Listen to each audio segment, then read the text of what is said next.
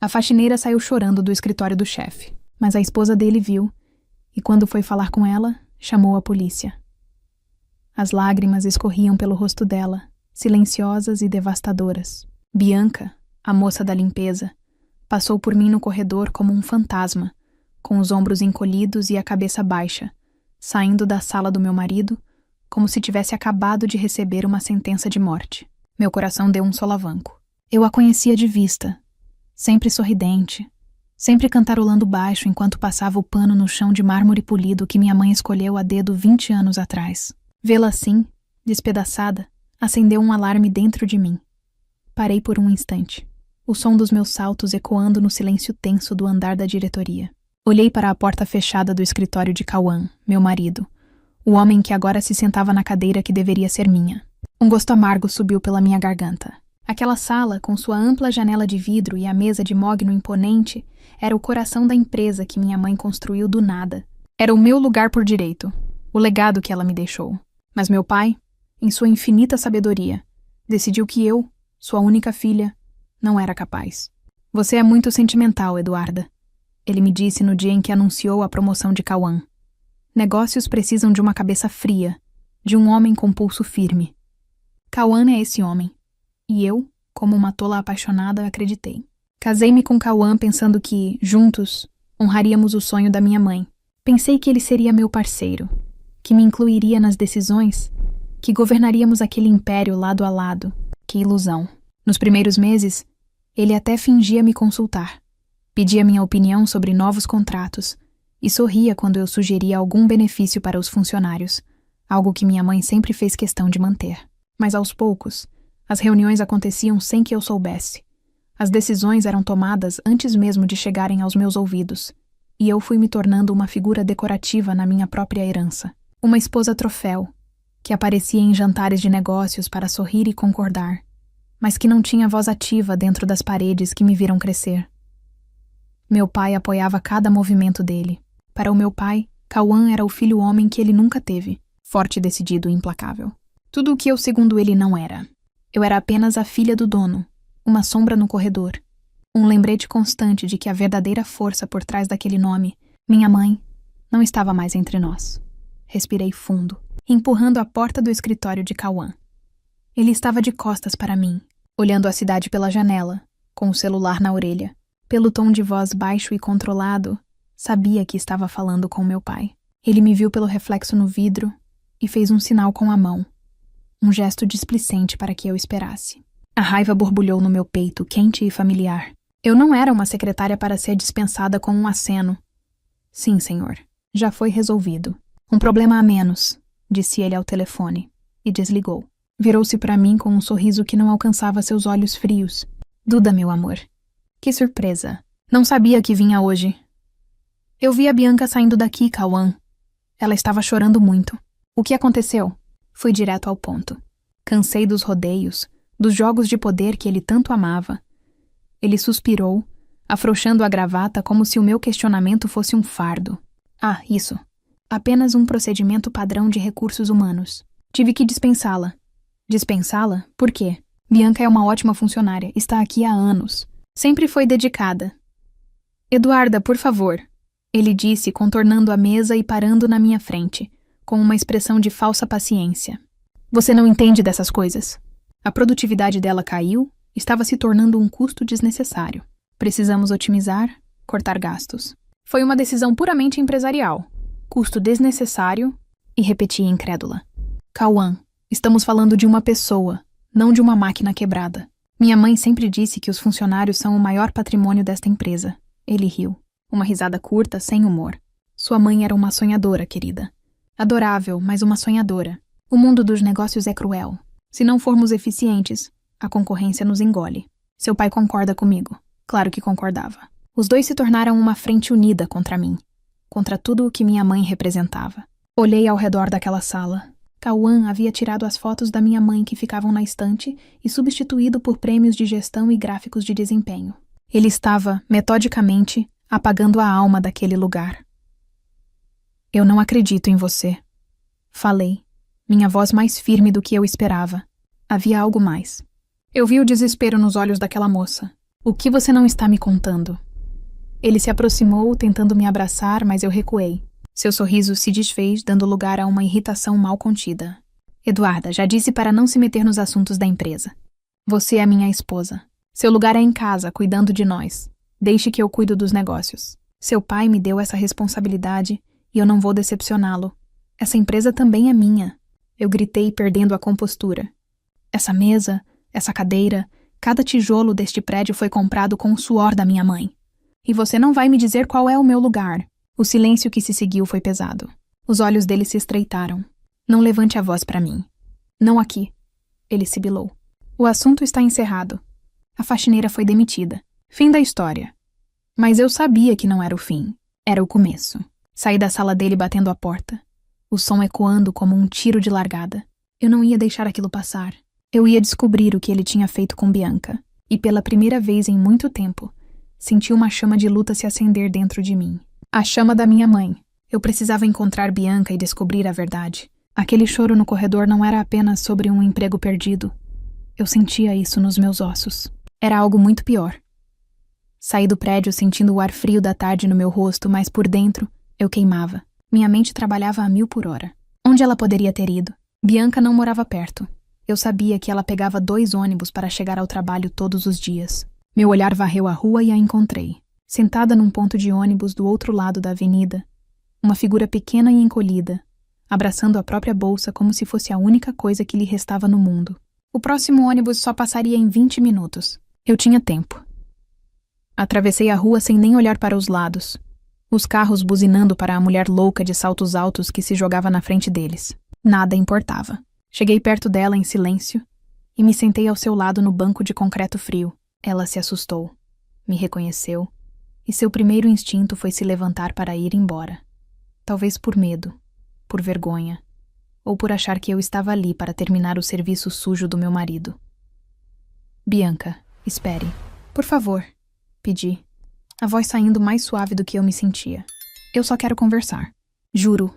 Ela parou, hesitante, e me olhou com os olhos vermelhos e inchados. Havia uma desconfiança profunda em seu olhar, e eu não a culpava. Eu era a esposa do homem que a tinha destruído.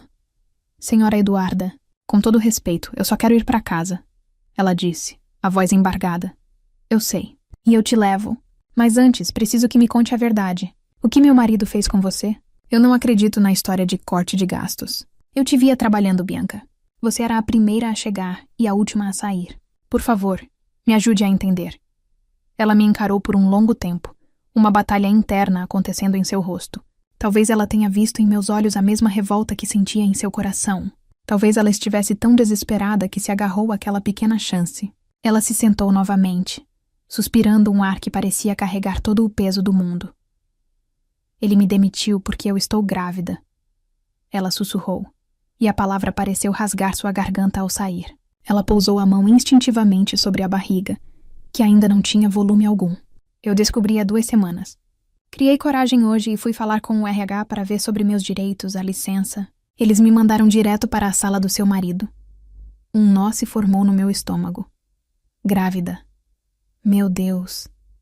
Ele foi tão frio, senhora, continuou Bianca, as lágrimas voltando a rolar. Eu expliquei a situação. Disse que estava muito feliz, que a gravidez não ia atrapalhar meu serviço. Ele mal me deixou terminar de falar. Ele disse que uma mulher grávida é um problema, um passivo trabalhista. Foi essa a palavra que ele usou.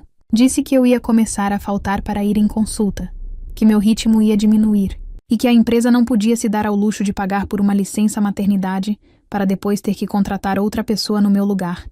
Eu ouvia cada palavra como um soco no peito. Passivo trabalhista. Luxo. Ele estava falando de um bebê, de uma vida, e da minha funcionária, uma mulher que limpava o chão que ele pisava, como se ela fosse um objeto defeituoso a ser descartado. Ele disse que era mais fácil e mais barato me demitir agora, antes que a gravidez avançasse e a lei me protegesse mais. Ele me ofereceu um dinheiro extra, além da rescisão, para eu assinar um papel dizendo que eu estava pedindo demissão e que não ia processar a empresa. Ele me ameaçou, senhora. Disse que se eu abrisse a boca, ele usaria os advogados da empresa para me destruir, que diria que eu roubei alguma coisa, qualquer coisa para sujar meu nome, e eu nunca mais conseguir outro emprego. Eu estava paralisada, sentindo o sangue gelar nas minhas veias. Aquilo não era apenas uma demissão injusta. Era cruel. Era ilegal. Era monstruoso. Era uma coação, uma ameaça. Cauã, o homem que dormia ao meu lado, que me prometeu amor e parceria, era capaz da mais fria e calculista das maldades para otimizar um negócio. O negócio da minha mãe. Minha mãe, que uma vez parou a produção inteira por um dia para que todos pudessem ir ao enterro do pai de um funcionário do almoxarifado. A alma da empresa não estava sendo apagada. Estava sendo assassinada. Olhei para o rosto de Bianca, para o seu desespero, e vi ali o reflexo de todas as minhas próprias frustrações, toda a minha impotência. Ele a fez sentir pequena e descartável, assim como ele me fazia sentir todos os dias. A diferença é que ela não tinha os recursos que eu tinha. Ela não tinha meu sobrenome. Naquele momento, a dor dela se tornou a minha. A luta dela se tornou a minha. A raiva, que antes era uma brasa, explodiu em um incêndio incontrolável. Você assinou o papel? E perguntei, a voz baixa e perigosa. Não. Eu estava em choque. Comecei a chorar e saí correndo de lá. Ótimo, eu disse, me levantando. A decisão se formou na minha mente, clara como cristal. Chega de ser boazinha. Chega de ser a esposa compreensiva. Chega de ser a filha sentimental. Ele queria um homem com pulso firme? Ele teria uma mulher com o coração em chamas. Bianca, olhe para mim, pedi, segurando delicadamente em seu braço. Ela ergueu o rosto. Isso não vai ficar assim. O que ele fez com você é um crime. E ele vai pagar. Eu te dou a minha palavra. Mas, senhora, e o seu marido? E os advogados? Meu marido cometeu um erro terrível hoje, Bianca. Ele não subestimou apenas você. Ele me subestimou. E isso vai custar muito caro a ele. Falei. E pela primeira vez, vi um pingo de esperança brilhar nos olhos dela. Venha comigo. Vamos sair daqui. Levei-a até o meu carro. Um modelo de luxo que de repente pareceu ridículo e ostentatório. Coloquei-a no banco do passageiro. E antes de dar a partida, peguei meu celular. Meus dedos tremiam, não de medo, mas de pura adrenalina. Procurei o número na minha agenda e disquei. Bianca me olhou confusa. Para quem a senhora está ligando? Para um advogado? Eu balancei a cabeça. Um sorriso frio surgindo nos meus lábios. Melhor. Um advogado vem depois. Coloquei o telefone no viva-voz para que ela pudesse ouvir. A chamada foi atendida no segundo toque. Polícia, emergência? Sim, respondi. Minha voz firme e clara, sem qualquer hesitação. Eu gostaria de fazer uma denúncia de coação e assédio moral no ambiente de trabalho. Estou com a vítima. Nós estamos em frente ao endereço da empresa. O som da sirene se aproximando foi a música mais doce que eu já ouvi. Em menos de 5 minutos, uma viatura da polícia parou em frente à fachada espelhada da empresa, com as luzes girando em silêncio. Um espetáculo que atraiu imediatamente os olhares dos funcionários que saíam no fim do expediente. 2 policiais, um homem mais velho e uma mulher mais jovem, desceram do carro com expressões sérias. Eu que fiz a chamada, disse eu, me aproximando com Bianca ao meu lado. Ela tremia, mas eu segurei sua mão com firmeza, tentando passar uma força que eu mal sabia que tinha. Expliquei a situação de forma calma e objetiva. A demissão discriminatória de uma funcionária grávida. A coação para assinar um documento de demissão voluntária e as ameaças que ela sofreu. O policial mais velho ouvia tudo, anotando em um pequeno bloco, enquanto a policial mais jovem conversava em voz baixa com Bianca, tranquilizando-a. Não demorou para que o chefe da segurança aparecesse, lívido, seguido de perto por Cauã. Meu marido desceu as escadas da entrada como um furacão, o rosto vermelho de fúria. Aquele verniz de controle e frieza que ele exibia na sala da diretoria havia se quebrado completamente. Eduarda, o que diabos você pensa que está fazendo? Ficou maluca? Ele sibilou, tentando me puxar para o lado. Eu não me movi. Estou garantindo que a lei seja cumprida. Cauã, algo que você parece ter esquecido. Policiais, com todo respeito, isso é um enorme mal-entendido, disse Cauã, virando-se para os oficiais com um sorriso forçado. Minha esposa é muito emotiva. Ela não entende de negócios. Isso é um assunto interno da empresa que já foi resolvido. O policial mais velho ergueu o olhar do seu bloco, a expressão impassível. Senhor, temos aqui uma denúncia de um crime. Ameaça e coação. E se o que a senhora aqui está dizendo for verdade, ele disse, apontando a caneta para Bianca. Temos também um caso seríssimo de violação das leis trabalhistas. Isso não é um assunto interno. Precisaremos levar todos para a delegacia para registrar um boletim de ocorrência. A cara de Cauã passou de vermelha para branca. A humilhação pública era a sua maior fraqueza. Ser levado numa viatura da polícia em frente à empresa que ele comandava com mão de ferro era o seu pior pesadelo. Ele começou a gaguejar, a tentar argumentar, mas era tarde demais. O estrago estava feito. Fomos todos para a delegacia. Passei as horas seguintes ao lado de Bianca, garantindo que ela tivesse a coragem de contar cada detalhe do que aconteceu na sala de Cauã. Eu servi como sua testemunha, confirmando o estado em que ela saiu do escritório. Cauã, por outro lado, precisou chamar um advogado às pressas. Meu pai me ligou dezenas de vezes, gritando, me chamando de traidora, mas eu não atendi. A guerra havia sido declarada. No dia seguinte, peguei uma parte considerável do dinheiro que minha mãe havia me deixado em uma conta pessoal e contratei a melhor advogada trabalhista da cidade, doutora Helena, uma mulher conhecida por não ter piedade de empresas que desrespeitavam seus funcionários. Em sua sala, enquanto Bianca recontava a história, doutora Helena sorria. Isso não é apenas uma causa ganha, ela disse. Isso é um massacre. Vamos pedir uma indenização por danos morais que fará essa diretoria tremer. Mas a verdadeira reviravolta não veio do processo de Bianca. Veio de dentro da empresa. A notícia de que a esposa do chefe tinha chamado a polícia para defender a faxineira se espalhou como fogo. Foi a faísca que acendeu um barril de pólvora de insatisfação. Nos dias seguintes, o e-mail da doutora Helena começou a receber mensagens. Funcionários, que por anos sofreram calados, viram em mim e em Bianca uma chance de lutar. Pessoas do setor de vendas reclamaram de metas abusivas e assédio moral. Operários do chão de fábrica denunciaram equipamentos sem manutenção e horas extras que nunca eram pagas. Uma ex-secretária escreveu contando que foi demitida logo após voltar de uma licença médica. O retrato que surgia era o de uma gestão baseada no medo e na exploração, um completo oposto de tudo que minha mãe pregou. A peça final do quebra-cabeça veio de uma fonte inesperada. Recebi uma ligação de um número privado. Era a voz de seu Roberto, o contador que estava na empresa desde antes de eu nascer. Um homem quieto, leal à minha mãe até o último fio de cabelo. Dona Eduarda, preciso falar com a senhora. A sós, não pode ser por telefone, ele sussurrou. Marcamos um encontro em uma cafeteria afastada. Ele chegou olhando para os lados, paranoico, segurando uma pasta velha. Suas mãos tremiam enquanto ele a abria sobre a mesa. Eu ia me aposentar no fim do ano, Dona Eduarda. Ia sair quieto, de cabeça baixa.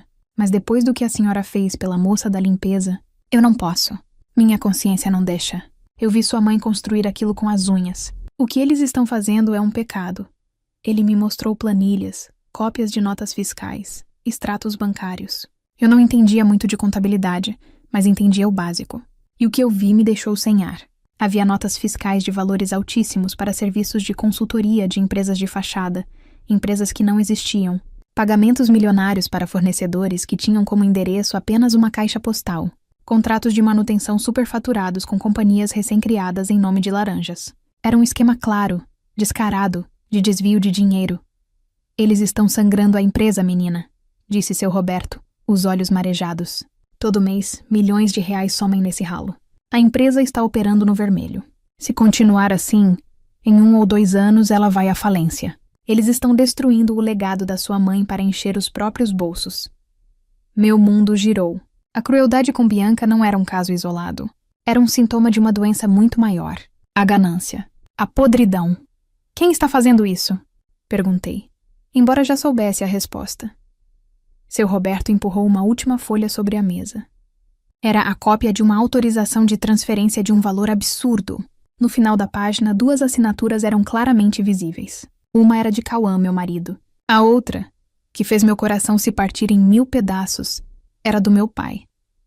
Eles estavam juntos. Meu pai não estava apenas sendo enganado por Cauã. Ele era cúmplice. O homem que me acusou de ser muito sentimental para os negócios estava, junto com meu marido, roubando o sonho da mulher que ele supostamente amou. Naquele instante, a luta por justiça para Bianca se transformou em algo muito maior. Era uma batalha pela alma da minha mãe, pela minha herança e, acima de tudo, pela minha própria libertação. A descoberta da fraude do meu pai e do meu marido foi como um balde de água gelada que apagou de vez qualquer resquício de hesitação que eu ainda pudesse ter. A dor da traição foi profunda, mas estranhamente, ela me deu clareza. Não havia mais espaço para sentimentalismo. Agora, Era uma questão de sobrevivência. A minha e a da empresa da minha mãe. Passei a semana seguinte em um estado de foco absoluto. Eu, a doutora Helena e o seu Roberto nos tornamos um comando de operação secreta. Enquanto a doutora Helena continuava a pressionar publicamente com o processo de Bianca, mantendo Cauã e meu pai distraídos com a batalha legal que eles achavam que era a principal, seu Roberto e eu trabalhávamos nos bastidores. Ele me entregou mais documentos, senhas de acesso a servidores antigos e extratos que ele havia guardado por anos, desconfiado de que um dia seriam necessários. Montamos um dossiê irrefutável, uma cronologia detalhada do roubo, com cada assinatura, cada nota fiscal fria, cada transferência para contas fantasmas. Com o arsenal em mãos, preparei o golpe final. Usando minha posição formal no conselho da empresa, um cargo que meu pai me deu anos atrás, achando que seria puramente simbólico. Convoquei uma reunião de emergência com apenas 2 participantes, o CEO, Cauã, e o presidente do conselho, meu pai. O tópico na pauta era vago: reavaliação estratégica da gestão financeira. Eles morderam a isca, provavelmente pensando que eu estava desesperada e iria propor algum acordo para retirar o processo de Bianca. Entrei na sala de reuniões, o coração da empresa, 10 minutos antes do horário. Sentei-me na cabeceira da longa mesa de mogno, o lugar que sempre foi do meu pai, o lugar que Cauã cobiçava. Quando eles chegaram, vieram juntos, com a arrogância de quem se sente intocável. Eduarda, que bom que você finalmente caiu em si, disse meu pai, com um tom paternalista que me revirou o estômago. Vamos acabar com esse circo. Retire a queixa contra a empresa e podemos esquecer essa sua crise. Cauã nem se deu ao trabalho de falar. Apenas se sentou, cruzou os braços e me olhou com desprezo, como quem espera uma criança terminar seu chilique. Eu não disse uma palavra. Apenas empurrei 2 cópias do nosso dossiê pela mesa, uma para cada um. O silêncio se instalou enquanto eles folheavam as primeiras páginas. Vi a cor sumir do rosto de Cauã. Vi a mão do meu pai começar a tremer, a mancha de idade em sua pele de repente parecendo mais escura. Eles passaram as páginas mais rápido, o pânico crescendo em seus olhos ao verem as provas irrefutáveis da própria ganância. O que é isso? E gaguejou meu pai. Isso, eu disse, minha voz saindo fria e calma como aço. É o fim do jogo de vocês. É a prova de que vocês 2, juntos, roubaram sistematicamente a empresa que minha mãe construiu.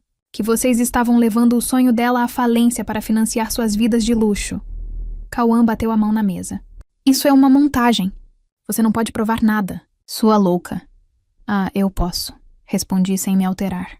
Cada papel aí tem a assinatura de vocês. Cada transação pode ser rastreada. Eu tenho o testemunho do chefe da contabilidade. Tenho tudo. Meu pai me olhou, os olhos suplicantes. Filha, a gente pode explicar. Não, eu o cortei. Não há o que explicar. Mas há uma escolha a ser feita. E vocês vão fazê-la agora. Nesse momento, a doutora Helena entrou na sala, segurando outra pasta. Ela colocou 2 documentos na frente deles. Vocês têm 2 opções. Continuei. A primeira, vocês assinam esses papéis. É a renúncia imediata e irrevogável de todos os seus cargos e a transferência de todas as suas ações para mim. Vocês saem por aquela porta hoje e nunca mais pisam nesta empresa. Em troca, as provas deste roubo morrem nesta sala. Vocês podem ir embora com o dinheiro que já roubaram e desaparecer. Fiz uma pausa, olhando fundo nos olhos de cada um. A segunda opção, vocês se recusam a assinar, e a doutora Helena leva uma cópia daquele dossiê diretamente para a Polícia Federal. Eu garanto a vocês que antes do fim da semana, suas contas serão bloqueadas e vocês estarão respondendo por fraude, lavagem de dinheiro e organização criminosa. Vocês perderão tudo. Não só a empresa, mas a liberdade. Foi um cheque-mate. Eles se olharam. A aliança construída na ganância se desfazendo em pânico. Não houve discussão. Em silêncio, humilhados, eles pegaram as canetas e assinaram. Assinaram o fim de seu reinado e o começo do meu. Quando terminaram, levantei-me. Olhei para o homem que um dia chamei de pai. Você não destruiu apenas o legado da mamãe. Você destruiu a última memória boa que eu tinha de você. Depois virei-me para Cauã. Quanto a você, quero suas coisas fora da minha casa até o anoitecer. O pedido de divórcio será entregue amanhã. Eles saíram da sala como 2 fantasmas. Homens derrotados. Eu havia vencido. Na manhã seguinte, convoquei uma reunião geral com todos os funcionários. Anunciei a mudança na diretoria. Meu primeiro ato como a nova e única dona da empresa foi chamar Bianca ao palco. Em frente a todos, pedi desculpas em nome da empresa pelo tratamento desumano que ela recebeu. Anunciei que ela não apenas estava recontratada, com todos os direitos e um pedido formal de desculpas, mas que estava sendo promovida a um novo cargo que eu criei naquele instante, supervisora de bem-estar dos funcionários, para garantir que a voz de cada um fosse ouvida e que ninguém jamais passasse por aquilo novamente. Os aplausos que ecoaram pelo salão foram a validação de que eu estava no caminho certo. Naquela tarde, entrei na sala da presidência. Minha sala. A primeira coisa que fiz foi abrir uma gaveta e tirar de lá um porta-retrato com a foto da minha mãe, que eu mesma havia guardado. Coloquei-o no centro da mesa. Olhei pela janela, para a cidade que se estendia abaixo, e vi meu próprio reflexo no vidro. Eu não era mais a filha sentimental, a esposa troféu. Eu era a mulher que minha mãe sempre soube que eu poderia ser. A vingança foi o começo, mas a superação foi o verdadeiro destino. Eu não apenas retomei o que era meu por direito. Eu o transformei em algo melhor, mais justo. O sonho da minha mãe estava finalmente em boas mãos. As minhas.